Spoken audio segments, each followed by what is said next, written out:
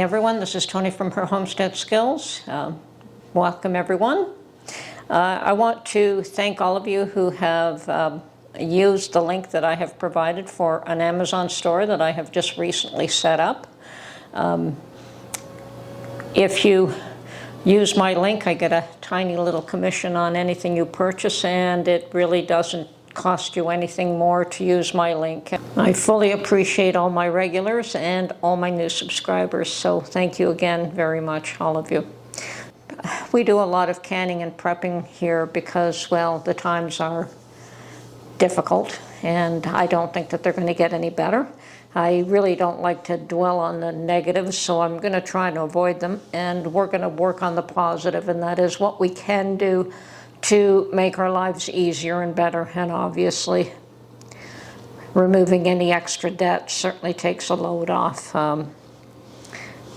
I've been in both positions where I had huge debts, and it just seems that that's a hole that you just can't crawl out of. And once you do, it's such a relief. But in our case, we had to give up quite a bit in order to get out of that hole.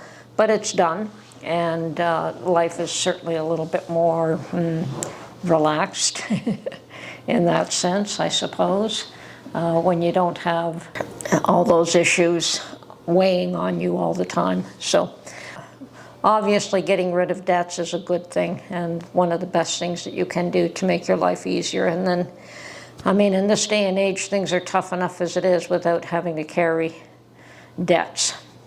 And beyond that, try to live within your means. And sometimes that can be hard. If you don't have enough resources, obviously, been there, done that, and you live beyond your means because that's what you need in order to pay the bills. So yes, I do understand the difficulties that we can get into, but always learn to do without.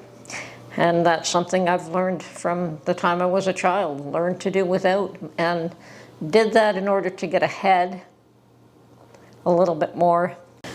And learning to do without is a skill, making do with what you have, with the resources that you have, rather than what you want or what would make life easier. Sometimes just not having the tools that you actually need to do the job, but making do with the tools that you do have is a way to go. And when things get easier, then adding a few things here and there certainly helps. So on top of that, of course, as far as prepping, most of my prepping, it does occur in the fall when the harvests are in, when food is plentiful, when you can buy large quantities for small amounts, either directly from farmers or just the farmers trying to unload their supply, or even what you can get from your own garden, of course. Unfortunately, my garden is not really, does not sustain my yearly needs. I always buy large quantities of certain vegetables and can them up. Definitely tomatoes. I do anywhere from 100 to 200 pounds of tomatoes every year because we make a lot of pasta sauce, chili, whatever, you know, things that use up tomatoes.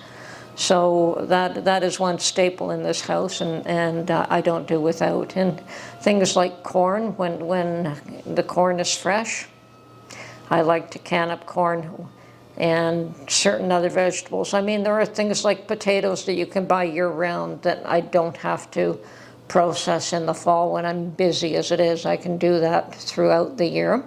And there are certain vegetables like that where you can process them throughout the year. But, you know, potatoes out of your own garden, what a difference. The flavor is just amazing. So yeah, if I had a larger field, believe you me, I would be planting more potatoes, more garlic, more cauliflower and broccoli, and a lot more vegetables that you can put away.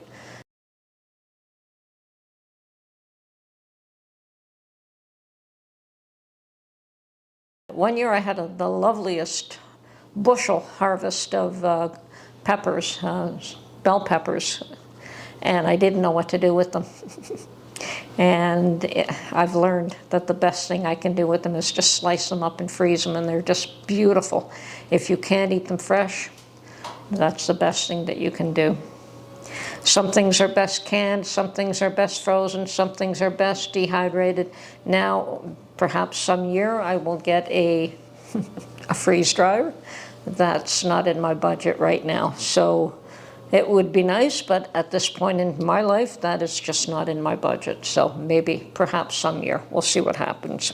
So like all of you, I guess the next best thing we can do is dehydrate, and I've done a lot of that.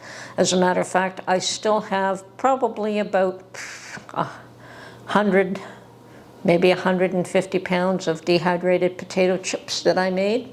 And those were made as a backup storage item, and they were vacuum sealed and they were put away, and I really haven't used them because it turns out that potatoes did become available again, so I had no fear. But that is a good backup in case I do need them.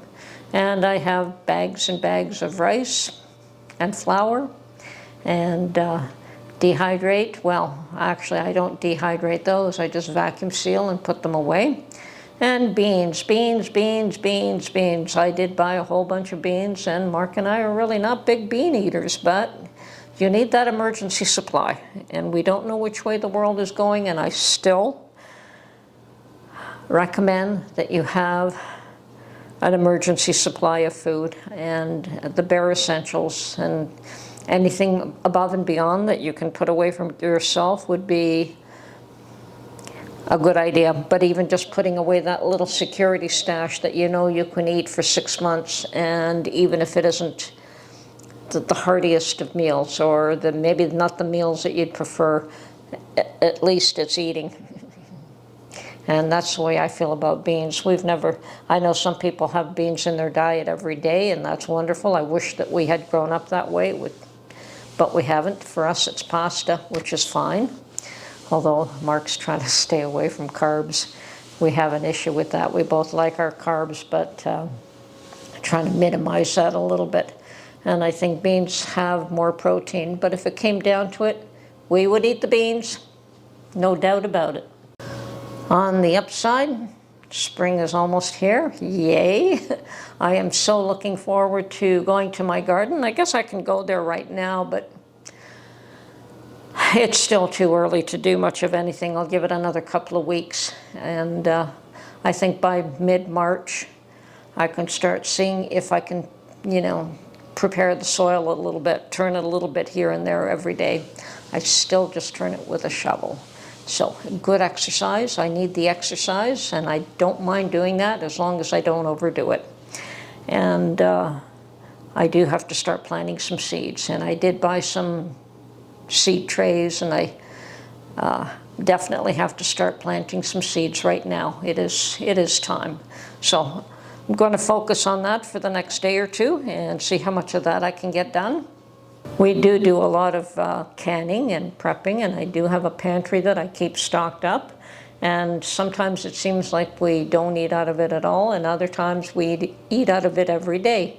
Certainly Mark's into the chicken stock that I make, and that's going to slowly come to an end. I'll probably make a batch or two that I put in the pantry that we'll just use for cooking. But for his daily consumption, that's almost coming to an end.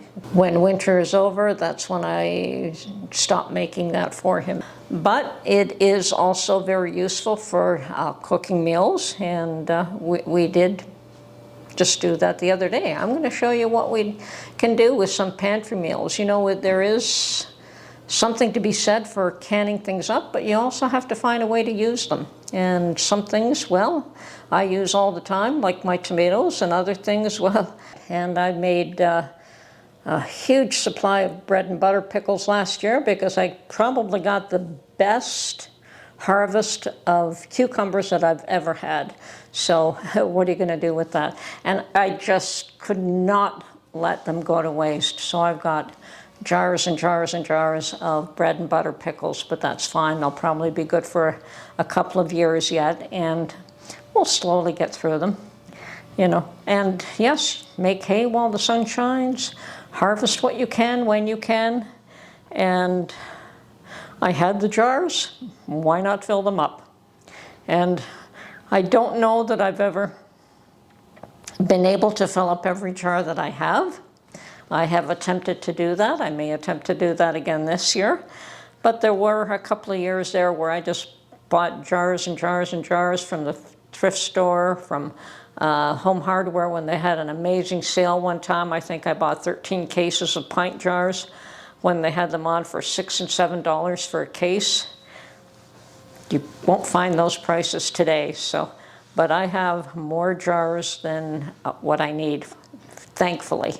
And I have a whole bunch of quart jars that I no longer use. Well, I do use a few, but I have quite a few that are just packed away. And maybe sometime in the future I might find more of a use for quart jars. But these days it's more the pint jars and the half pint, and mostly those ones. Salmon jars. So speaking of which, going to show you some of the things that we do to prepare meals from the pantry. Well, I have another pot of chicken stock on the stove. Surprise, surprise. Not like I don't do these on a weekly basis, it seems. But you know what? It's one thing to can up food, and it's another one to use it. And yesterday, Mark went through the pantry and decided that he would make a meal from the pantry. And of course, used up 2 more jars of chicken stock, and those were in the fridge. They were not in the pantry. And he wanted to make chicken soup. And we have chicken breasts and chicken thighs, both canned up and ready to be used. And whether you know it or not, when you can up meat, it is fully cooked at that point. So it really didn't take much. And of course you could use the juice from this jar for the soup as well. And I believe that there were 3 thighs in this. So used 2 jars of chicken stock, 1 of chicken thigh. He added some potatoes and carrots and onions, and it was a quick soup. Very quick soup. And with that, he wanted to do a soup and sandwich meal. So with that, he pulled out his canned salmon. Now we also have chicken breasts, so he could have made a chicken salad sandwich, but he decided he wanted canned salmon. And this is a salmon that he actually caught last year. Anyway, canned salmon sandwich with homemade bread. So, yes, you can make a meal from all your preps. And for sure, this was a simple meal, a soup and a sandwich, but doesn't take much to put a meal together. I also have a couple of jars of canned chili here, which it's basically heat and serve. And we could make toast on the side with that. Once again, using our homemade bread that I slice and put in the freezer, and then just take out the slices as I want them. Or Mark likes to make rice with it as well. So he'll make a better rice and pour the chili over it.